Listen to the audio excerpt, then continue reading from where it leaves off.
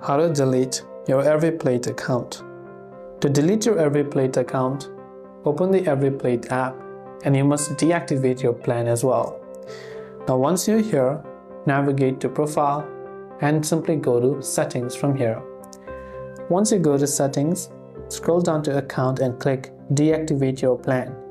Provide a reason for leaving and then click on Deactivate Now. After you've done that, you'll be able to complete the process of deleting or deactivating your plan as well as your EveryPlate account. So I hope the video helped you out, and if you have got any questions, feel free to leave them down below. As always, thanks for watching till the very end of this tutorial, and see you soon in our next video.